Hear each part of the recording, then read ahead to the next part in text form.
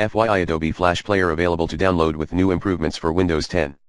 To get the aforementioned Adobe Flash Player for Windows 10 update installed, try running Windows Update or download KB4480979 at http://bit.ly/2mkelvt via Microsoft Update Catalog manually. See details at http://bit.ly/2tzia8oi. Security update for Adobe Flash Player, January 8, 2019.